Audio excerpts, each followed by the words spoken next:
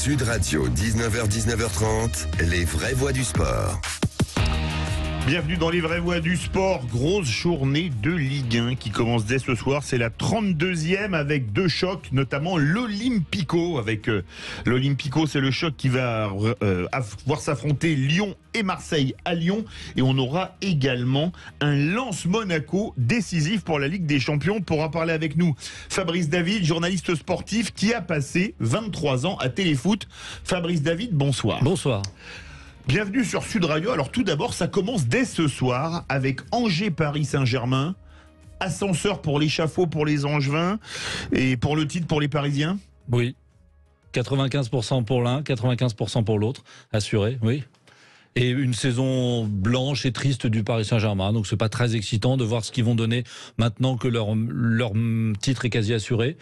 Ils ont 8 points d'avance sur l'OM, 9 sur Lens et 11 sur Monaco. À cette journée de la fin, on peut dire que c'est plié. Oui. Surtout qu'ils vont jouer quand même plusieurs équipes de bas de tableau. Oui, absolument. Mais il n'y a aucun match qui nous ait enflammé cette saison, ni en Ligue 1, ni même en poule de Ligue des Champions, à part peut-être quand ils sont allés gagner 7-0 à Lille. C'est un peu un ovni, ce match, un peu improbable. Mais c'est encore une saison blanche et triste d'un club qui a pas rempli les objectifs qu'on pouvait légitimement attendre. Donc pas très excitant. Les deux de ce week-end, les deux autres, oui, bien plus. Ah bon, on va en parler, mais c'est triste. Justement, vous dites saison blanche et triste avec triste, quand même un titre de champion. Je trouve que c'est le meilleur mot, triste. Et il y a des solutions pour vous ? Ben oui. Lesquels ? C'est que les entraîneurs, quels qu'ils soient, n'aient pas une obligation de faire jouer certains joueurs qui soient en forme, en méforme, nonchalants, envie, pas envie, qui soient allés faire la fête au Brésil 3 jours. Enfin, on connaît l'histoire, oui. On va pas la répéter. Voilà. Donc que l'entraîneur n'ait pas les mains liées par des joueurs marketing imposés. On parle aussi même si Ramos fait une saison correcte, on peut l'inclure aussi là-dedans. Oui, en fait, l'institution prenne le pas sur les égos des stars. Et puis ce serait pas mal aussi que le directeur sportif, soi-disant génial, qui est arrivé en début de saison, n'ait pas raté 2 mercato quand même. Oui, Campos. Absolument. Alors, on va parler, puisque ce match Angers, on peut dire que c'est déjà cuit pour les Angevins qui ont 14 points et qui sont quand même à 17 points du premier non relégable qui est pour le moment Brest. C'est cuit pour Angers de toute façon. Oui. Quel que soit X.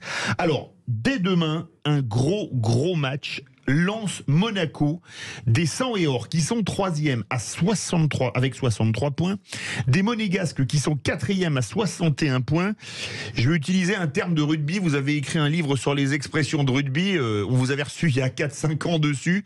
Comme on dit au rugby, quand une équipe n'a pas abandonné tout espoir, la jument n'a pas encore tourné le dos au foin. Les Monégasques, ils ont peut-être pas abandonné tout espoir de se qualifier pour la Ligue des Champions, non ?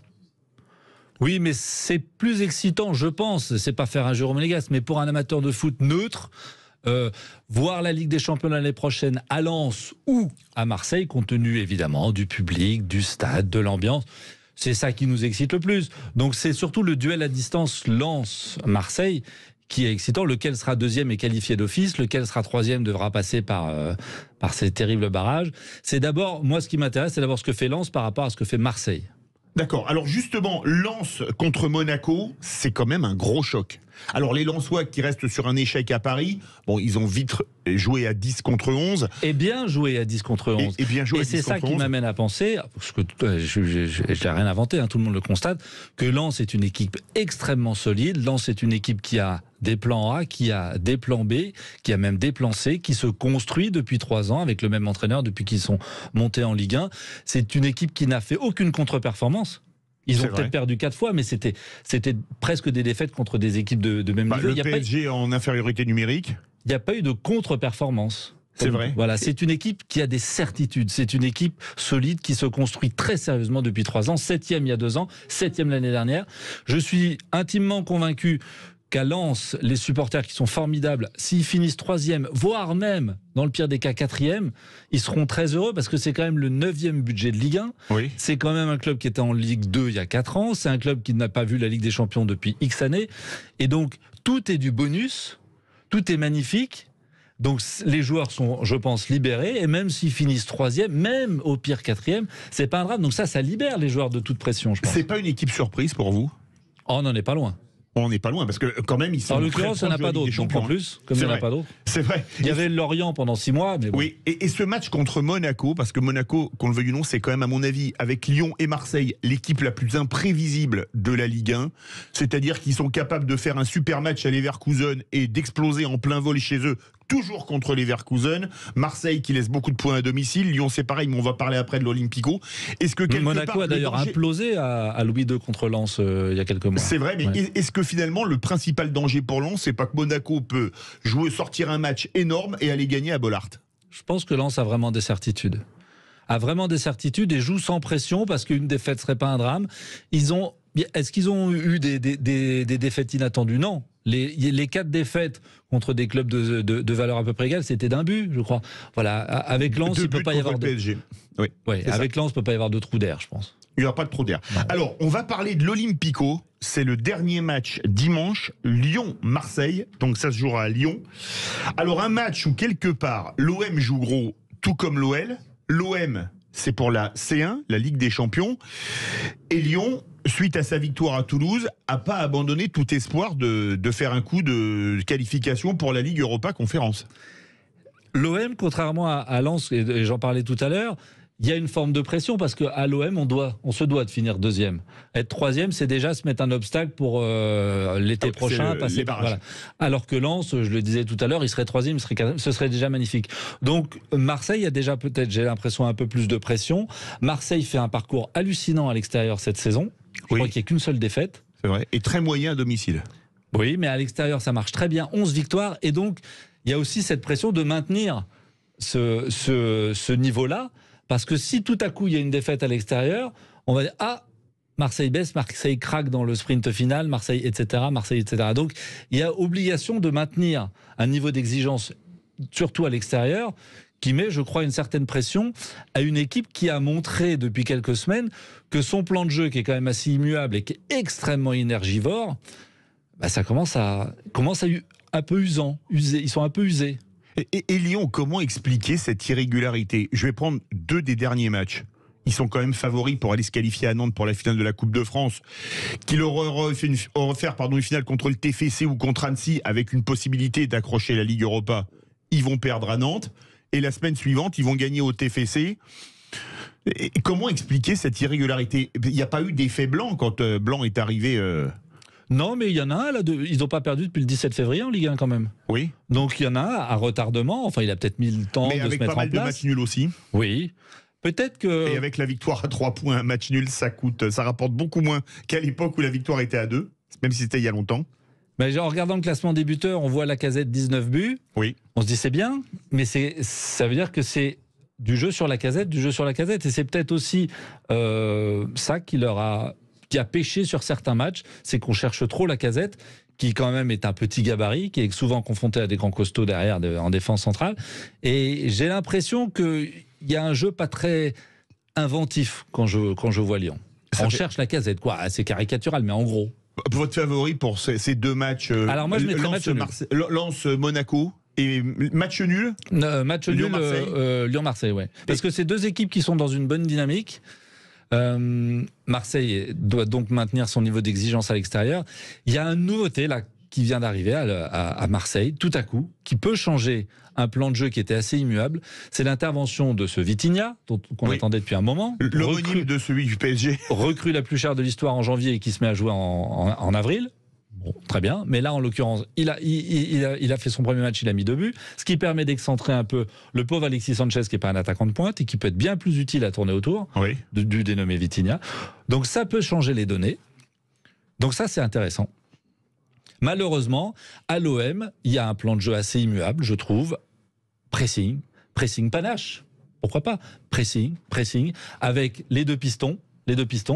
Mais il manque de la créativité. Et Marseille va chercher ses résultats au mental, au physique, à l'énergie. Vous voyez, il manque cette créativité qui existe à l'OM. Vous savez où elle est, la créativité à l'OM? Non. Elle s'appelle Harit, blessé longue durée. Oui. Elle s'appelle Ouadi, blessé longue durée. Elle s'appelle Payet, placard longue durée. Oui. C'est dommage, elle y est, cette créativité. Oui. Mais pour des raisons... Mais elle est à l'infirmerie. Elle est à Ou l'infirmerie, alors elle est sur le banc volontairement. Et Tudor, il connaît mieux son effectif que nous, évidemment, donc il doit avoir ses raisons.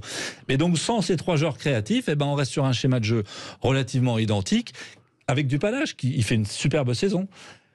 Mais quand on trouve la parade, si Lyon la trouve, quand on trouve la parade, est-ce que Marseille a un plan B derrière? Je ne suis pas sûr. Il y a 3 équipes en lutte pour la seconde place, comme le titre est quand même plié pour le PSG. Marseille, Lens, Monaco, qui se tiennent en 3 points, c'est-à-dire rien, avec en plus des différences de but quasi similaires. Plus 27 pour l'OM avec 64 points, plus 26 pour Lens avec 63 points, plus 23 pour Monaco avec 61 points. Le podium, ça va être quoi? Moi, j'ai envie de mettre Lens. En 2?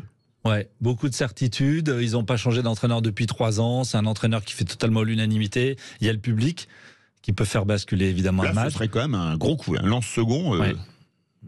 Et qui en 3e? Marseille ou Monaco? Marseille au panache. Marseille au panache parce qu'il y a aussi ce public, parce qu'il y a un buteur depuis la semaine dernière. Ça peut changer des choses. Après, c'est tellement subjectif tout ça. On peut parler de calendrier, mais le calendrier, ça ne veut pas dire grand-chose. Moi, ce qui me gêne avec Marseille, c'est que cette saison, il y a eu 3 trous d'air.